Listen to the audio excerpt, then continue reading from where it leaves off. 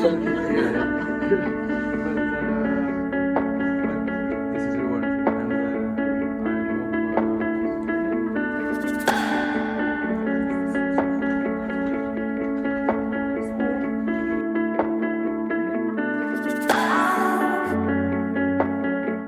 Hello, my name is Carla. I am from the Spanish team, which is participating in the Key Action 2 Erasmus Plus Young Community Organisers project.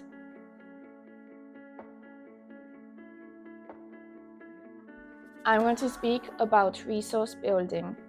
Imagine that the community that you are organizing is facing some issues that have not been resolved yet. The purpose of community organizing is to build resources to be able to face these issues.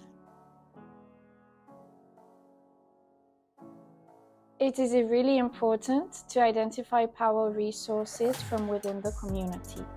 So a good tool that we can use as community organizers is a power map. A power map is a useful tool that will help you understand how power is organized within the community and how it is distributed among the parties in the community. And this will also help you gain a broad view of the present situation so that you can face the issue in the best way possible. To be able to develop this power map, you must follow a few steps. In first place, defining the agenda and understanding your position is of the essence, and you must find key topics and points of your schedule that you will express publicly to the community to be able to persuade them and for them to believe that you are the best option to help them face the issues. In second place, the major battles and campaigns. What does this mean? You have to be able to describe the present scenario and also the confrontations that are existing and also the debated topics. In third place, we have to identify who are the major decision makers and how much power and influence they have over the community. Do they have any fears? Do they have any vulnerabilities? This is very important so that you can also be able to see where their weak spots are. In fourth place, who are the opposition groups, their structure, their capacity of influence, and how they can control you. Not also how they can control you, but how they can make you weaker.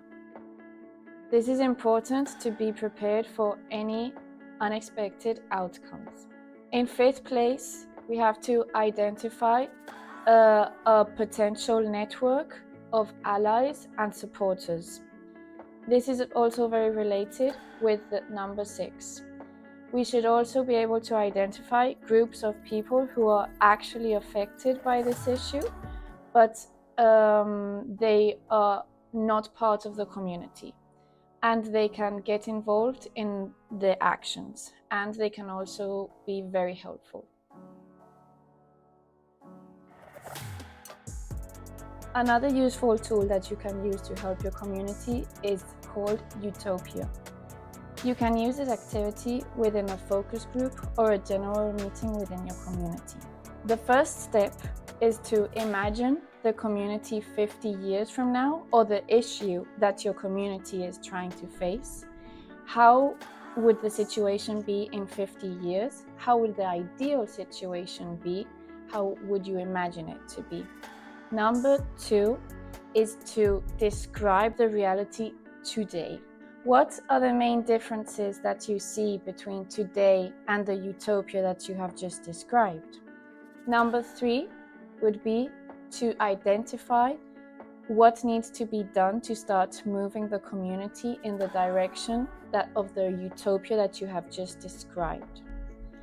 Following this, what would the resources be to do this advancement towards the utopia that you have been able to describe? Number 5, what resources do you already have that would help you get to the utopia?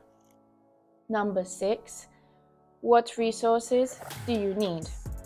All in all, you must be able to identify what resources you already have and those you must obtain to be able to advance towards a utopia situation.